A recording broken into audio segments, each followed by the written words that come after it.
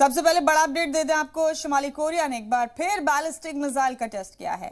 जनूबी कोरिया के joint chief of staff के मुताबिक शुमाली कोरिया ने अपने मशरिकी साहिल से एक बैलिस्टिक मिसाइल दागी। मिसाइल लॉन्च की रिपोर्ट आने के बाद जापान की हुकूमत ने आम शहरियों को महफूज मकामात पर जाने के लिए कह दिया है। गौरतलब है कि किम जोंग ने एक हफ्ते में 5वां मिसाइल टेस्ट किया है।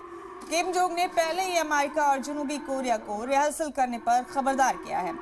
अमेरिका, जापान और जनूबी कोरिया के बीच फौजी मश्क हुआ था, जिसमें बहरिया के साथ सैरुखी पनडुब्बी रोधी मश्क किया गया।